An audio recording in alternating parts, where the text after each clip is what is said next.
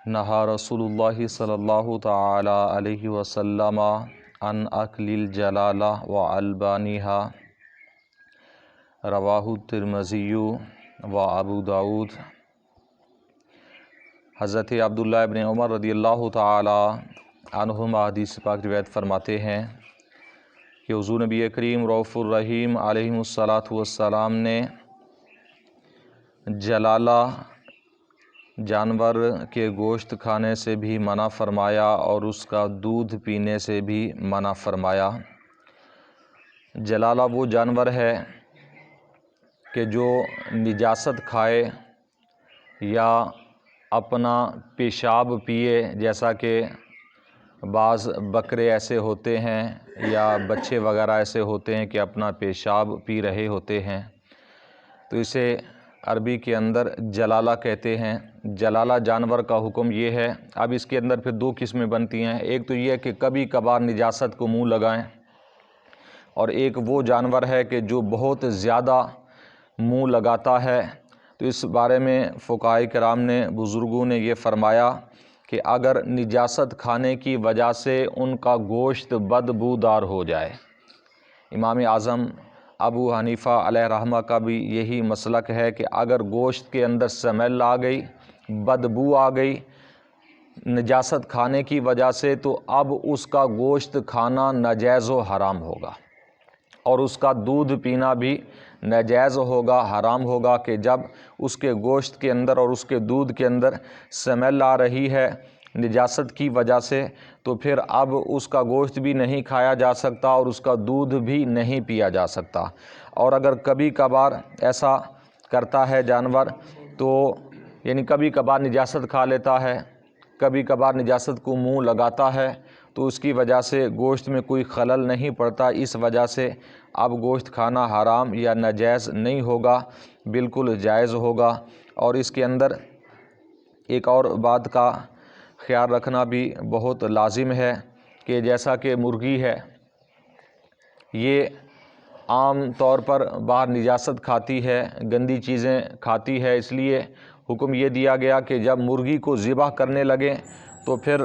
3 दिन पहले उसे बांध दें,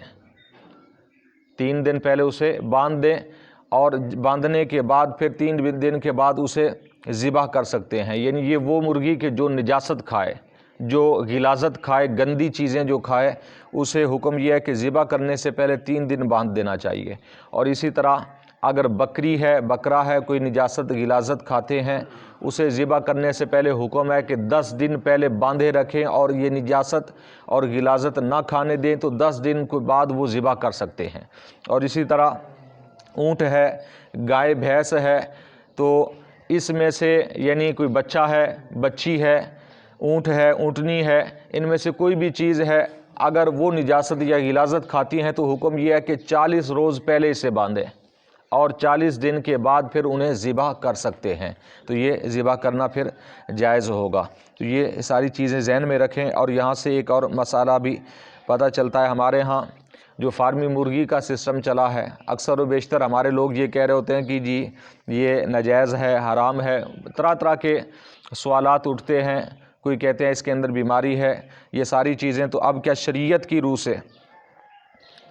फार्मी मुर्गी का गोश्त खाना ये जायज़ बनता है या नहीं बनता? तो इस बारे में इस हदीस मुबारका को अगर जहन में रखें और फ़ुक़हाए किराम के जो अक़वाल हैं वो जहन में रखें, तो हुक्म ये दिया गया है कि अगर कोई भी मुर्गी, अब ये तो क्योंकि सिस्टम ऐसा चला है कि एक ही जगह पर ये सारे फार्म के अंदर पैदा की जाती हैं और तैयार की जाती हैं, वैसे तो ये मुर्गी का आम ही हुक्म है, अगर मुर्गी निजासत खाती है तो 3 दिन बांधने का हुक्म है। तो बेहतरीन तरीका, अगर किसी के दिल में शक व शुबा है फार्मी मुर्गी के हवाले से, तो ज़िंदा ले आए, 3 दिन पहले घर में उसे रख लें, 3 दिन के बाद यानी उसे दाना रोटी खिलाकर 3 दिन के बाद ज़िबह कर लें और हर किस्म के शक से बच जाएं। और इसके अलावा कि इसका गोश्त ही लेकर आना ज़िबह करा के, जैसा कि हमारे यहाँ आजकल होता है, तो इस बारे में मौजूदा उलमा का, मौजूदा फ़ुक़हा का जो सही इत्तेफाक है वो ये है कि ये हलाल है, इसके अंदर कोई मना नहीं है। उसकी वजह ये है कि जो सवाल उठाया जाता है कि फार्मी मुर्गी को जो ग़िज़ा खिलाई जाती है वो सारी नजासत होती है, خون وغیرہ سے بنتی ہے اور ان گندی چیزوں سے بناتے ہیں، اس وجہ سے یہ ناجائز ہونی چاہیے۔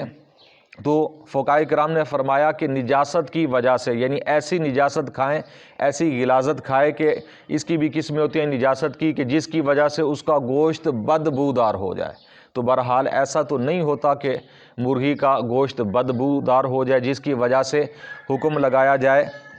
کہ اس کا گوشت کھانا ناجائز ہے یا حرام ہے۔ تو بہرحال اگر ایسا زیادہ کر بھی لیا جائے تو زیادہ سے زیادہ حکم یہ لگے گا کہ مکروہ، یعنی مکروہ ہے، لیکن مکروہ بھی یہ اس وقت ہوتا ہے کہ جب بندہ اس کی وبا سے بچ سکے۔ تو ایک شریعت کا اصول ہے کہ بزرگان دین فرماتے ہیں اگر کسی مسئلے کے اندر کہ جس کے اندر اختلاف ہے، اختلافی مسئلہ ہے، بعض اس کو حلال کہتے ہیں، بعض ناجائز کہتے ہیں، اور اس کے اندر یہ بھی بات ذہن میں رکھیں کہ امام مالک علیہ رحمہ کا مسئلہ یہ ہے کہ جلالہ جو جانور ہے جو نجاست کھاتا ہے اس کا گوشت کھانا حلال ہے، یہ امام مالک کا مسئلہ ہے۔